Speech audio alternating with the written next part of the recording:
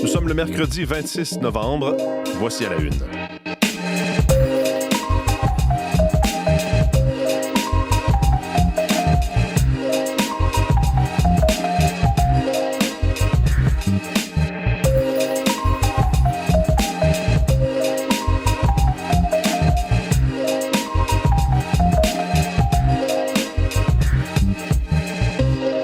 Bonjour, bon mercredi, bienvenue à l'émission, c'est Mathieu Bellumeur au microphone. Merci d'être des nôtres encore ce matin, déjà autour de la table avec moi, Véronique Mirand et Julie-Jasmine Boudreau qui est de retour. Bonjour Julie-Jasmine. Bonjour, bon retour, content de vous retrouver. Moi aussi. Bon, tant mieux, excellent. On va ensemble parler à votre chronique, c'est votre place, un peu plus tard à l'émission, de la docteure Isabelle Gaston, qui a mené une enquête, elle, sur les dangers des implantations mammaires. C'est un documentaire qui sort ces jours-ci. C'est ça sort lundi.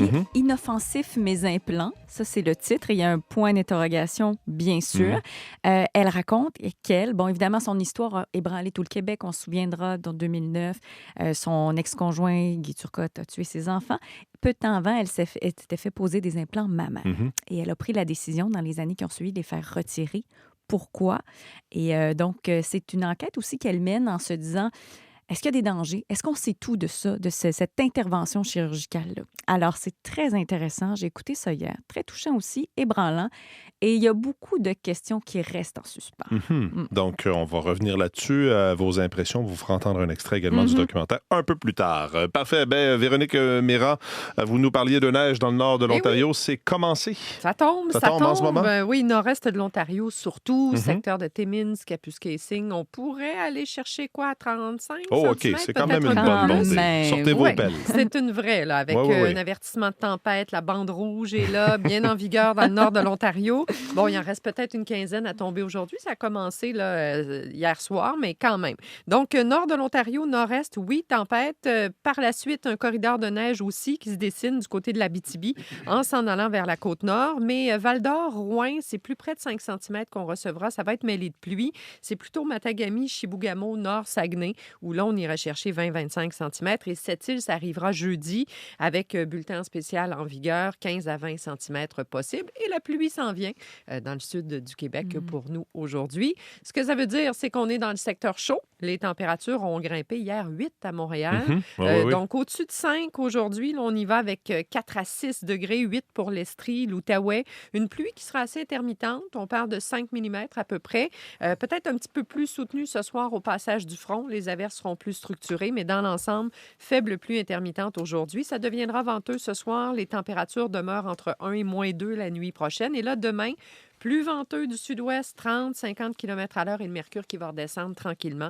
On sera autour d'1 à 3 degrés. Il y aura peut-être quelques éclaircies tôt le matin, ensuite nuageux, flocons mouillés, fondants possibles, là, dispersés dans la journée. Et vendredi, là, on ferme la parenthèse de douceur. On sera de retour. Le point de congélation est moins. Et est-ce que ça peut vouloir dire du soleil ou on Mais pas pour oublie vendredi. le soleil? Non, c'est ça. Pas pour vendredi. Il ne faut même pas y penser. Je sens votre espoir, mais samedi... Je m'accrocher après quelque chose entre des... Il fait noir à 3h30. Puis des gros nuages fatigants. Puis des nuages qui nous...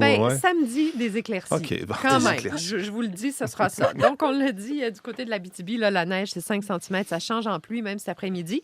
Saguenay-Lac-Saint-Jean, c'est une faible neige intermittente, mêlée de pluie. Ce soir, ce sera un petit peu plus structuré, autour de 5 cm. Les températures restent près de zéro.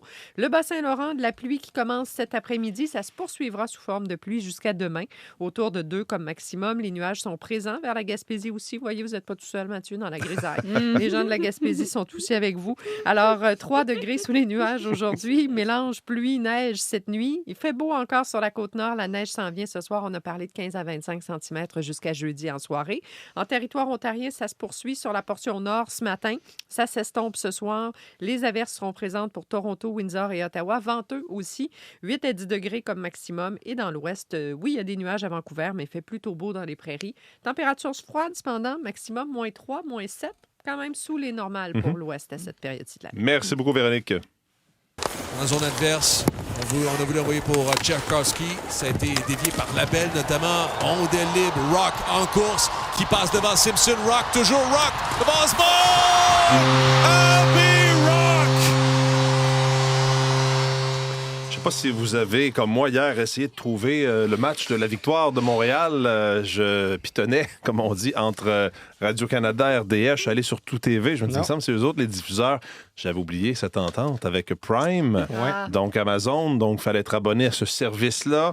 Et donc, c'était un match peut-être un peu moins accessible pour les téléspectateurs, les amateurs de hockey. Olivier, bonjour d'abord. Bonjour. Ceci dit, la victoire qui a réussi son premier match à domicile en battant New York hier. Oui, une première victoire. Les premiers buts, les premiers points de la saison aussi, parce que la victoire avait été blanchie à son tout premier match contre Boston. Hier, c'était rentrée montréalaise à la Place Belle, ou rentrée lavalloise à la Place Belle, on devrait dire, avec ce bel accueil de la foule pour cette nouvelle saison de la victoire de Montréal. Et elle a été récompensée, la foule, avec 4 buts hier.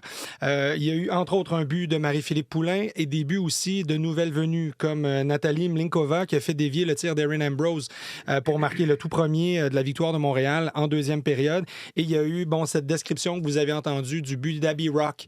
Abby Rock est une joueuse très physique qui, normalement, malmenait les joueuses de la victoire de Montréal. Et là, maintenant, elle s'amène avec la victoire et tout le monde est très, très, très heureux de la voir arriver avec Montréal parce qu'elle a marqué hier un but assez exceptionnel où elle se présente seule devant la gardienne et elle passe la rondelle entre ses jambes, le bâton entre les jambes pour la battre à sa gauche, voilà. J'essaie de me mettre Merci pour le mime. Fallait le voir mimer ça, lui. Mais ça a été tout un but, probablement dans les faits saillants de la semaine, parce que c'est vraiment un but exceptionnel qu'elle a marqué. Et donc, c'est une belle entrée en matière pour elle de faire ça à la Place Belle aussi devant son nouveau public, d'apprendre à la connaître comme celle-là. Et sa touche offensive, elle sera très importante d'ailleurs sur ce premier trio. Elle joue avec Marie-Philippe Poulin et Laura Stacey. Et ces joueuses risquent d'en mettre plein la vue. Elles l'ont fait du moins dans le match d'hier. Et donc, belle victoire pour Montréal. Belle victoire aussi pour Anne-Renée Desbiens qui a été très, très, très occupée. 33 tirs quand même hier. Et elle s'est dressée devant les Sirènes de New York. Et je vous invite à écouter Marie-Philippe Poulin. Elle parlait justement de sa nouvelle coéquipière avec qui elle a eu maille à partir dans le passé, Abby Rock, mais qui est maintenant sa partenaire de jeu. Et elle était bien contente.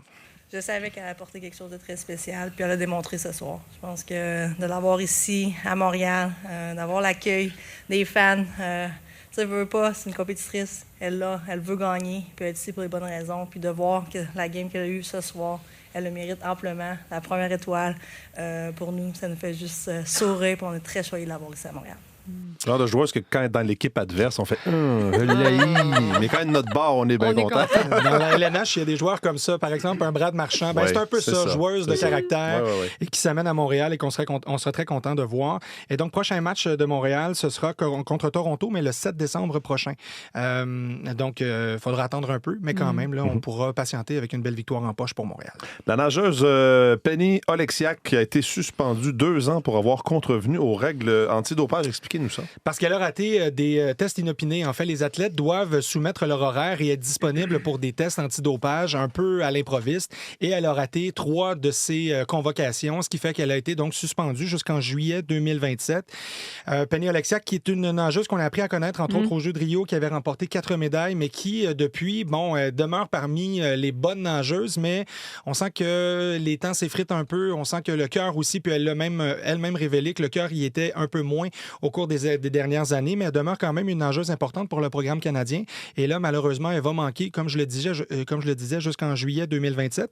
La bonne nouvelle, par contre, c'est que ça laissera un peu de temps quand même pour se qualifier pour les Jeux de 2028, advenant son intérêt, justement, de se qualifier si le cœur y est toujours. Donc ça, c'est peut-être la bonne nouvelle, malgré la mauvaise qui est tombée hier. Un petit mot sur la flamme olympique, donc, qui est en direction de l'Italie en prévision de ces Jeux d'hiver. Donc, c'est allumé aujourd'hui à Olympie et les intempéries ont forcé les organisateurs à faire ça à l'intérieur. Normalement, trop de pluie, quoi? Trop de pluie, effectivement, les intempéries qui forcent à faire ça dans le musée olympique. Normalement, on utilise de petits miroirs et le soleil pour allumer ça. Bien là, on l'a fait en répétition la semaine dernière et c'est cette flamme qu'on va utiliser pour partir le bal de cette flamme qui va parcourir effectivement plusieurs kilomètres jusqu'au début de ces Jeux olympiques qui seront prévus le 6 février prochain. Et on est aussi à 100 jours des Jeux paralympiques. Donc, c'est double célébration aujourd'hui pour les amateurs de sport.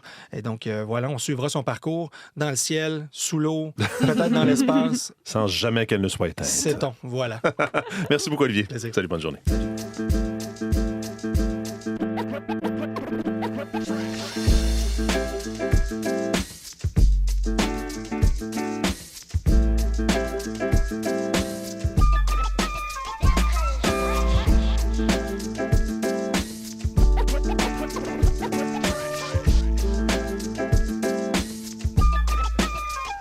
La une des quotidiens, eh bien, on n'a pas fini de parler de cette histoire et de cette crise au Parti libéral du Québec. Ça fait la une de la presse ce matin. C'est le journaliste Tommy Chouinard. Le titre de l'article, la discussion qui aurait tout bousculé.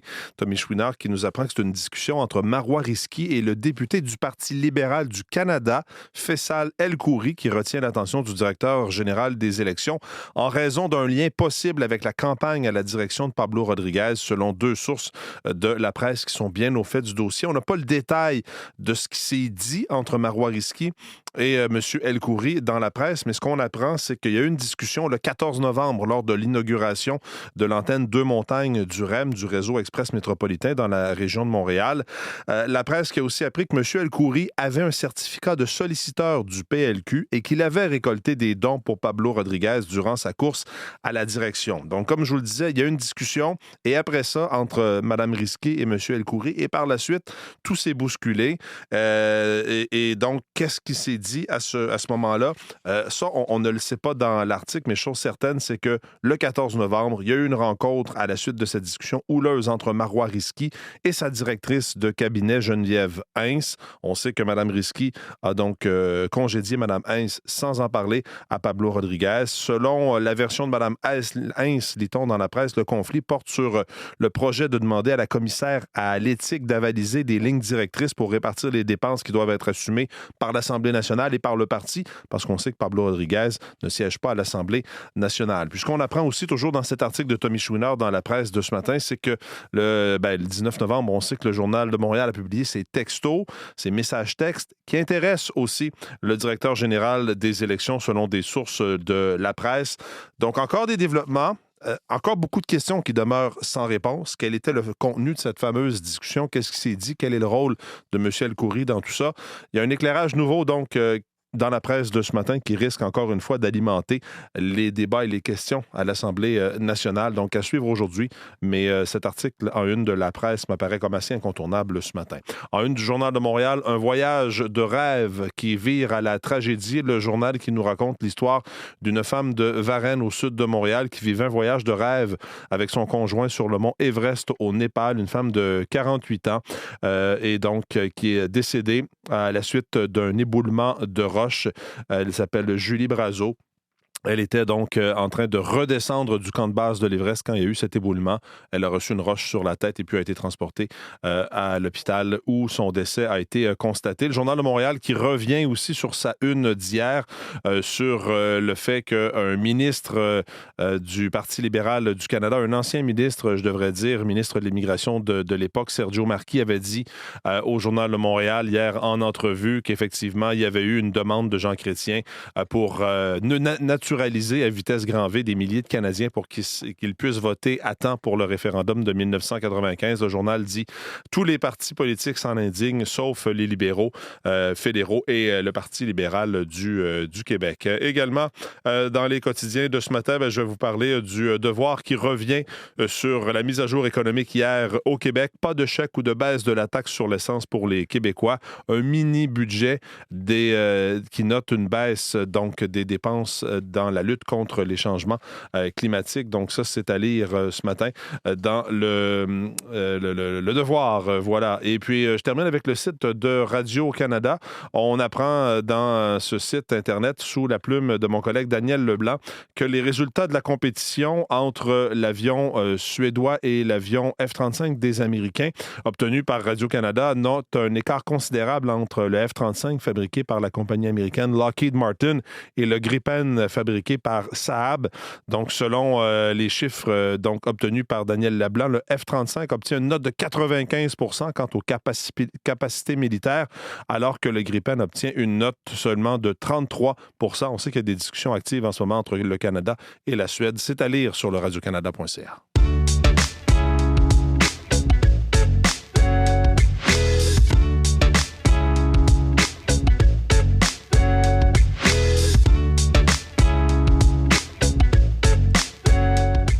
Jean-Philippe Robillard est maintenant en studio avec nous. Bonjour Jean-Philippe. Bonjour Mathieu. Excusez-moi, je suis désolé. On se parle à tous les jours quand même. Mais oui, vous êtes devant moi. Mais il est tôt. Des fois, ça arrive, le cerveau décide de nous abandonner. Pourtant, j'ai pris mon thé ce matin, mais bon. Je sais pas comment ça se fait. Même thé que d'habitude, oui, c'est bon. Oui. Thé vert. Je vais dire, oui, c'est ça, thé vert, oui. Bon, parlons du gouvernement Carney, ceci dit, qui va annoncer demain, et c'est une exclusivité de nos collègues à Ottawa, des mesures pour venir en aide aux entreprises canadiennes qui sont durement touchées par les tarifs américains. Des mesures qui vont cibler les secteurs de l'acier et du bois d'œuvre. Oui, selon une source du gouvernement qui a parlé à nos collègues à Ottawa, à notre collègue Daniel Thibault, Ottawa va annoncer qu'il limite les importations d'acier provenant de pays avec lesquels le Canada, Mathieu, n'a pas d'entente commerciale. C'est une mesure qui va donner un coup de pouce aux aciéries canadiennes parce qu'en limitant les importations d'acier, ça va augmenter leur marché, leur vente ici au Canada, au pays, en leur permettant de combler justement les impacts des tarifs américains sur le marché canadien ici, parce qu'on sait que les aciéries canadiennes là, sont soumises depuis le mois de juin à des tarifs douaniers américains là, de 50 %. Alors, c'est une mesure qui pourrait représenter un marché supplémentaire, imaginez, de près d'1 milliard de dollars, en fait de 854 millions de dollars pour nos entreprises dans le secteur de l'acier. Le gouvernement Carney va aussi annoncer demain qu'il va soutenir, qu'il va même subventionner le transport d'acier interprovinciaux entre les provinces. Il y aura également, semble-t-il, là, des mesures supplémentaires qui seront annoncées, qui seront mises en place par Ottawa pour transformer l'industrie de l'acier canadienne afin que nos entreprises ici, dans ce secteur, soient plus compétitives et qu'elles répondent mieux par le fait même aux demandes là, du marché canadien, à la clientèle canadienne. Là. Il y aura aussi un programme d'aide annoncé pour les travailleurs. Oui, il y a d'autres programmes d'aide, effectivement, qui ont déjà été annoncés. Là, on va en ajouter pour les travailleurs et pour les entreprises. Mathieu, tant dans le secteur de l'acier que dans le secteur du bois d'œuvre, où là aussi, on le sait, les effets des tarifs américains se font bien sentir. Et je vous donne quelques chiffres en terminant sur cette industrie canadienne de l'acier. C'est une industrie dont le chiffre d'affaires se chiffre à 15 milliards de dollars. Il y a 23 000 emplois directs. Il y a 100 000 emplois indirects. Et il y a 6 des 13 aciéries canadiennes, là, on les retrouve en Ontario. Industrie importante, effectivement. Oui. Merci Jean-Philippe et je vous laisse aller prendre un deuxième thé. Oui, merci, au revoir. Bonne journée.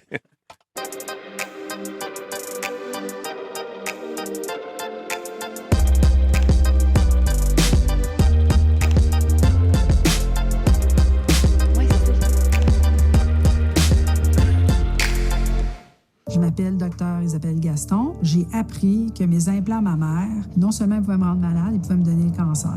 L'Organisation mondiale de la santé a reconnu qu'un type d'implant pouvait causer un cancer du système immunitaire. En plus d'avoir un risque de développer le cancer. La docteure Isabelle Gaston que vous entendez, c'est dans ce documentaire qui va être présenté à partir de lundi prochain, si je ne m'abuse. Oui, c'est ça. C'est une enquête, dans le fond, Julie Jasmine, sur les dangers liés aux implants mammaires. Le documentaire s'appelle « Inoffensif, mes implants », point d'interrogation. Oui, exactement. Puis, pour faire un peu le fil de l'histoire, on a parlé de, évidemment qu'on connaît son histoire à Isabelle Gaston, son ex-conjoint Guy Turcotte qui a tué ses enfants. Ça, c'était en 2009. Et quelques mois auparavant, elle explique elle-même, mon couple battait de l'aile, on trouvait des solutions. Ça fait partie vraiment de l'histoire du documentaire aussi. Elle s'est fait poser des implants mammaires, c'était en 2008. Et là, elle apprend en 2019 que la sorte d'implant a été retirée du marché parce qu'ils augmentent le risque de cancer d'un système immunitaire, comme vous avez entendu dans l'extrait, ou d'une maladie auto-immune associée.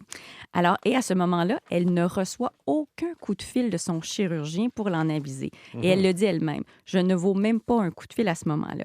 Et depuis quelques années, elle traîne de mystérieux symptômes comme des douleurs articulaires, des doigts enflés et des frissons. Alors, elle se pose beaucoup de questions. Et elle le dit elle-même parce que, Isabelle Gaston a donné naissance à un petit garçon il y a 7 ans qui s'appelle Xavier, qu'on voit dans le documentaire. Elle le dit, je goûte à nouveau au bonheur. Et c'est pas vrai que je vais perdre ma santé pour justement être privée de ce bonheur-là. Moi qui ai voulu mourir, moi qui ai voulu aller rejoindre mes 2 premiers enfants. Alors là, on va la suivre dans sa quête de faire enlever ses prothèses, ce qu'on appelle une explantation. Donc ça, c'est en 2023. Mais au-delà de ça, c'est beaucoup plus large, Mathieu. On rentre vraiment dans une quête d'information. Est-ce que les femmes ont toutes les cartes en main pour prendre des décisions et faire un choix éclairé, que ce soit la pause, le suivi ou encore le retrait. Et est-ce que c'est aussi sécuritaire qu'on le pense? Alors, ce que j'ai adoré dans cette approche-là, parce qu'évidemment, on la connaît, elle est franche, elle est humaine, mais elle ne juge pas, elle ne démonise pas, elle est empathique parce qu'il y a d'autres femmes qui interviennent aussi dans le documentaire. Parfois, c'est parce qu'il y a des femmes qui ont eu des reconstructions suite à un cancer, mais qui se sont retrouvées avec de grands mots, des mots MAUX, suite à justement la pose d'implants. Alors, il y a tout ça qui est mêlé là-dedans. Et elle tente justement d'offrir des pistes de compréhension puis de solutions.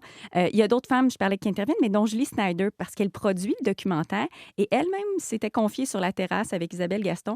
Elle avait dit « J'aimerais ça en avoir, moi, des implants. Je suis gênée de ma petite poitrine. » Isabelle Gaston lui avait dit « Je te convainc du contraire. Donne-moi la chance de te convaincre et on va s'asseoir. » Et d'où a germé finalement l'idée de ce documentaire-là. Alors voilà. Parce qu'il y a très peu d'études qui existent. On sait aussi que c'est une industrie qui est très, très lucrative, que c'est une des chirurgies les plus pratiquées. Et ce qui est intéressant aussi, c'est qu'elle plaide pour que le Canada se dote d'un registre des implants, parce qu'on est le seul pays du G7 à ne pas en avoir un. Donc, qui permettrait une traçabilité de l'implant, puis d'avoir aussi, être en mesure toujours de pouvoir rejoindre les femmes qui s'en font poser si, admettons, il y avait des complications ou pas, tout simplement. Alors, matière à réflexion, c'est diffusé lundi sur Ici Tout Télé, bien sûr, 20h. Je vous le dis, vous devez regarder ce documentaire. J'ai un truc à te demander. Tu crois qu'on fait une bonne équipe? Oui, bien sûr. Seulement, j'aimerais bien savoir ce qu'on dit. Vous aurez compris qu'on change de sujet pour parler du film d'animation Zootopia qui sort aujourd'hui, presque 10 ans après le premier. Évidemment, ça tombe bien aux États-Unis parce que ça va être Thanksgiving à partir de demain. Là. C'est ça, exactement. Et on sort les gros canons. S'agit-il du sauveur de l'année 2025 au box-office nord-américain? Parce que ça va pas très bien? Ça va très mal, à vrai dire. Oui, on dit que les recettes sont 25 % de moins qu'avant la pandémie pour cette année. L'année 2024 était semblable aussi. Puis ça, c'est intéressant. C'était un article du magazine spécialisé américain Variety qui rapportait ça. Donc, on compte beaucoup sur ce film-là parce qu'on le sait, hein, les longues fins de semaine du Thanksgiving sont toujours très payantes. Après ça, il y a Noël aussi, évidemment. Oui, puis je pourrais vous parler de La Reine des Neiges, Délivré, libéré, qui est un des plus grands succès du cinéma au Thanksgiving. Et qu'on l'a chanté à la maison, cette chanson-là. Juste pour ça. Alors, et là, donc, tous les espoirs sont permis, bien sûr, avec Zootopia, qui prend l'affiche aujourd'hui, ce mercredi. C'est encore l'histoire de la petite lapine et du renard là, qui font équipe, évidemment, avec l'arrivée d'un mystérieux serpent, pour ceux que ça intéresse, bien sûr. Parfait, voilà. Alors, on pourra aller écouter ça en fin de semaine. Julie Jasmine, merci beaucoup d'avoir été là. Je vous dis pas demain, parce que demain, je ne serai pas là. C'est demain et vendredi, c'est mon collègue Jean-Sébastien Bernatchez qui sera aux commandes d'À la Une, 2 petites journées de repos. On va se retrouver lundi. D'ici là, vos équipes du matin prennent le relais dans les prochaines secondes. Je vous retrouve dans les radiojournaux. Bonne journée et puis à lundi.